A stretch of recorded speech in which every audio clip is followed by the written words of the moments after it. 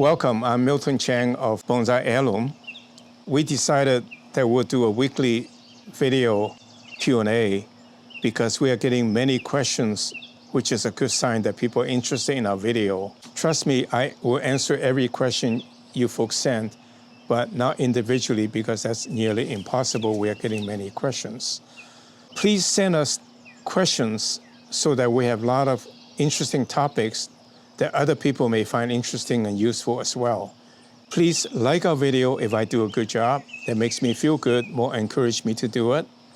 And subscribe to our website or our channel so that we can notify you. One of the question was about someone would like me to do a video on watering. And I think that's a very good suggestion because I killed many trees in my early days because I not really know the watering process. First of all, so I'll do a very brief discussion on watering and then do a whole article, in a sense of do a whole video on this topic in a much more thorough way. I think people are worrying too much about overwatering, keeping the tree dry. I think that is patently incorrect for bonsai because there's a few big drainage holes under every bonsai pot. You can never overwater a plant. For myself, I put drip system on my plant and I water them once a week. And I water them about 5 to 10 minutes so that it's wet all over rather than leaving dry spots. And then when I come home, I feel like I need a little relaxation. I go water them again. You never overwater a plant. You just cannot make a plant sit in water. That's what killed the tree because there's no oxygen, just like people would drown. Bonsai with a good drainage hole, you can never overwater it. Think of watering as an enjoyable process, relaxing process. What I do with my soil mix, which I will also have a particular video on the topic, you really need to water the tree only once a week because it will not dry out in a week's time unless it's very hot and dry. I think ideally it's water every other day or twice a week. Then I think for sure your tree will be very fine. Just imagine a tree can sit in the rain for 5 weeks and it will not die. It's a drowning. If the soil is good drainage, it should be fine. So with that in mind, feel free to water your plant. Don't use desalinated water in a sense of using water softener water that's very hard, but if that's what you got, then you gotta put in the right balancing chemical to balance it out. But that you go talk to your local nurseryman. It's no different from your house plant.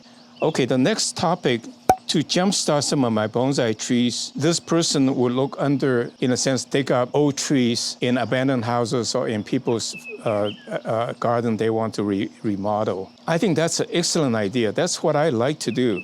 In fact, if you find a lot of that tree, I'd love to buy some from you. And the reason is that if it's the right material, the tree you started off, it's got the good characteristics. It's a very good idea to dig up old trees. And I joke about this. It's very popular in Japan, very expensive to buy so-called yamadori, which is trees dug up from the mountains. And I joke about yadori, trees that we dug up in our yard. Be environmentally sensitive, and yet you still get beautiful trees. To make my point, I would do quite a few videos digging up my old trees from my garden, especially junipers. You will see how magnificent they are after 5, 10, 20 years. And so that's a great starting point. So I agree with you, do more of the digging, and I encourage everybody to do that. Digging up the environment in the trees in the mountain is not particularly good for the environment. But digging up yard trees is recycling material that's wasted, and that's very good. So this person showed me a video of his work, which is he's an electrical engineer. So I say, glad to hear from you, Alex. Again, this is about the soil mix and watering. And again, my formula is very simple. I kill a lot of trees, and I finally settled on one that I share with you. Probably it's because the sandy loam in my farm is particularly good drainage. But find sandy loam from your nursery supply house that's good drainage, or topsoil that's good drainage. and mix it with 1 part perlite and 1 part peat moss. On the other hand, if you're repotting a maple tree, for example, or even an elm, which really loves a lot of water, then by all means add a half a part of vermiculite. And that would keep fertilizer well, give you, hold the plant with the soil, and give you a lot of moisture and air to grow your tree very well. I will show you some examples of the tree, pine and other tree or deciduous tree, just grow wild in that mix. But complementing that is the use of liquid fertilizer. One tip I got from a recent bonsai lecture is the liquid fertilizer that you can get on Amazon in a gallon bottle. It comprises of fish and kelp. And it's apparently very, very good. I follow the instruction, and the trees grow very fast. So I suggest you use that mixture plus the particular fish koi kelp fertilizer. And this person suggests that we practice fusion projects. I'm not sure exactly what fusion means, but I guess from a sense of food, fusion means East meets West, and the various culture mixed into the design of the bonsai. And I think that is a very, very good idea. I think bonsai, up until now, we are forced to follow the tradition, number 1, number 2, number 3, number 4 branch, a little cap on the top. I think that's not particularly encouraging creativity. It's more like encouraging craft. So I think we can take the basics of what we learn and extrapolate in our own ways. If I look at the paintings Picasso did his younger days, they're very formal, like any formal painting, very realistic. And yet when he learned all the trades, all of a sudden he takes off into all directions, into any kind of art form that's very, very different. So I think bonsai in America, given Yankee ingenuity, I think we have a long ways to go in terms of what we can make of this living art. So I encourage to be yourself and be creative and do your own thing. So this person encouraged my complimenting my trees and asked, what do I pay attention to the first thing when I look at a bonsai tree? You know, every business, every project, every individual is the fundamental that counts. It's the foundation. So therefore, I pay a lot of attention to the roots. If the rootage isn't right, the tree will never be right. I often see a very beautiful tree at a distance, but when I look at close-up, the roots are all tangled, one go over the other one. You know, heaven's sakes, take a chisel and cut off the one that's crossed over. Make sure all the roots are radiating out nicely, so that when it eventually goes into the pot with the roots partly exposed, it will be beautiful. So keep that in mind. Always pay attention to the fundamentals. If the branch doesn't look right, chop it, because then it will grow out to give you much possibility in terms of reshaping the tree. And that's how you create drastic looking bonsai.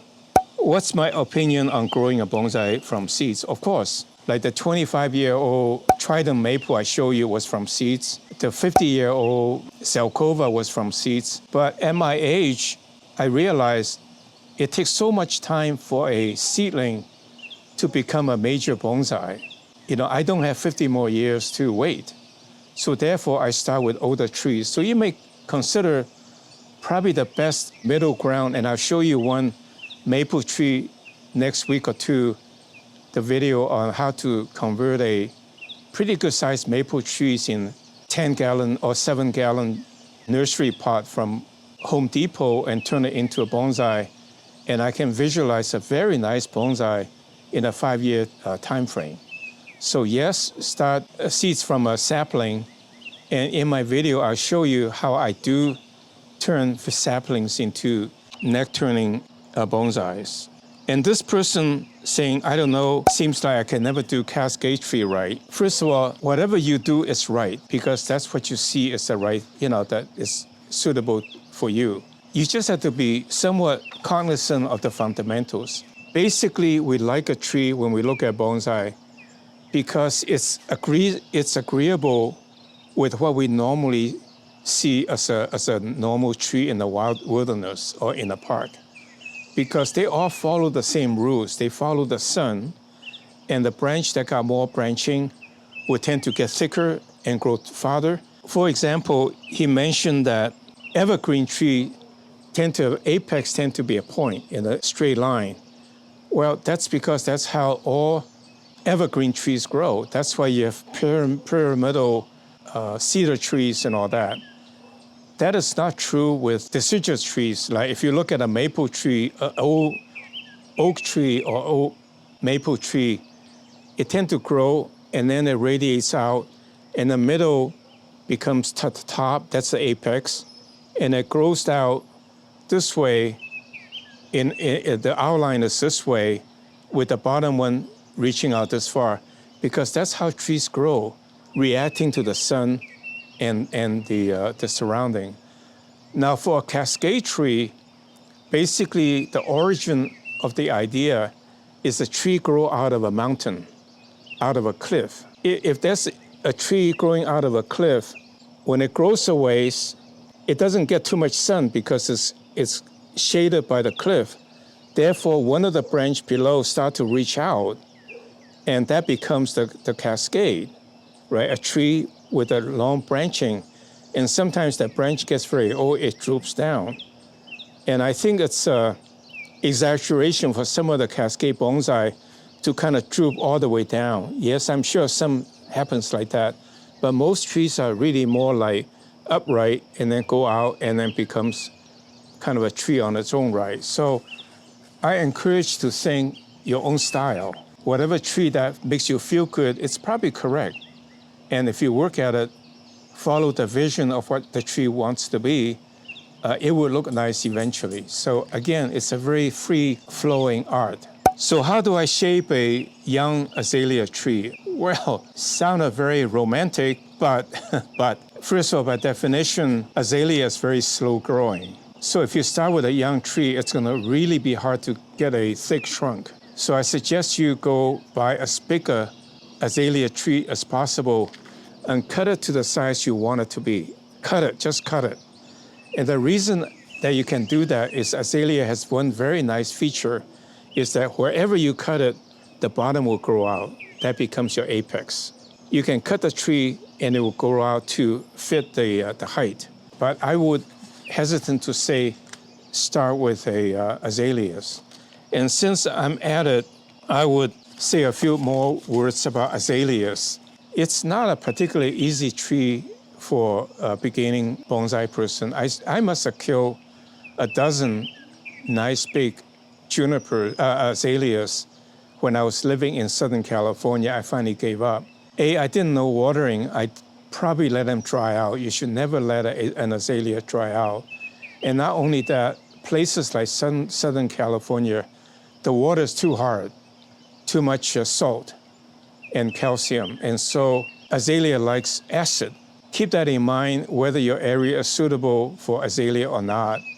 And also keep in mind that they don't grow very fast in terms of getting trunk size. One of the questions people have for me is that it seems like I'm very careless, that when I cut a branch, I just rip it and just let it go instead of carefully sealing it. My argument is that that's what happens to a tree in nature. The wind blows and a branch falls off and it rips it, and the tree trying to heal itself. That, in fact, bonsai is to try to create nature that makes it interesting. For example, especially elm or deciduous trees, when you cut it, actually all trees, they heal over nicely, very naturally, natural looking. Rot would occur. That's very nature of the tree. But just remember one thing, which is a shocking data, is that I was told, I can verify it, I was told even a gigantic tree, there's nothing that's more than 6 years old or 7 years old in a tree, because the middle part becomes wood and the outside part is living and growing. That's the only part that's alive on a tree. In fact, if you look at a structure, the middle part doesn't provide much structural strength. It's really the outside. I want to show you this elm tree. It's quite an elm tree. You can see old tree. You can see this was a drastic cut from old, so this is a side branch become growing to make a turn. And you can see middle part is sort of decayed, but it's really beautiful. You know, I haven't even tried to clean it up. This one is in fact all the way down rotted, but outside it's a shell. And look at the side, looks very interesting, looks more natural rather than the goop that you put on that's a slightly close to the tree but slightly different. I think it's atrocious actually. But, you know, to its own, nothing is right, nothing is wrong. Everybody does his own thing. So that's my answer to why I don't seal my trees and cut my branches very carefully. If you cut it carefully, it's a round thing. People know you cut it. But if you rip it, they say, oh, it's more natural, right? So what's right? I don't know. One of the questions is that, what's the best advice you can give to a beginner? And I say, wow, how do I count the ways? That's what I said to my wife in the early days. No, you just gotta read a lot of bonsai books and do it by trial and error, be patient. So just to be constructive, I would say, try to pick the kind of tree that's appropriate for bonsai. They are popular for bonsai because they've been proven to work. Just like when I landscaping my tree, I did not ask a landscaping person to do it. I figure out the trees that will grow eventually into magnificent trees when they mature. Whereas if I go get a professional to do it, they will use material that are very beautiful in the beginning, but they will continue to stay beautiful but not magnificent. Begin with a tree that you can be committed to, and then begin with a vision. What do you want the tree to look like? The height, where you like to put it someday, right next to your antique or next to your study. You can take trees in occasionally to enjoy for a week or two. And then you go for it, and then the design, the standard design is usually upright, you know, a slanted or bunjin style, which just means much more free-flowing. Whatever the style you pick, and you stay on it with a vision, and you keep going at it and continuously make continuous improvements, and over time you will have a magnificent tree. That's all I can share with you as a beginner, is be patient, but begin with a vision with the end in mind. You may very well get there. I encourage you to watch our video, honestly, because I really like to promote bonsai because I think it's good community relationship builder. It's good for the community. Being an Asian, I'm also particularly sensitive that Asians need to be more part of the community. So I like to promote bonsai by sharing with all the experience I know. I'm gonna give you straight talk and nothing kept secret. So do watch our video, subscribe to it, and we'll let you know when we have new videos. What is the most important time-saving technique you will pick up to accelerate the material to the finishing stage? Shortcuts is what we always like to get, but you know, there really isn't any real shortcuts because it really does take several years to become a good-looking tree. One of the issues, one person asked me, how do you get a tree with some trunk size, for example? There's no shortcuts, but if you take a tree and you put it in a small pot, a bonsai pot with very little soil, and basically keep it alive, it's not gonna grow much. It will be beautiful because it can keep the foliage green, but it won't much energy to grow the trunk size. So I advise you to buy reasonable size trees from a nursery and cut them back to shape, and then put it in a 5-gallon pot minimum or even bigger. Let it grow, leave it alone for a year or two and cut it again. Pretty soon you will have a magnificent tree. Now in terms of time saving, depending what you mean, I'd rather spend very little time on a tree, but over many years.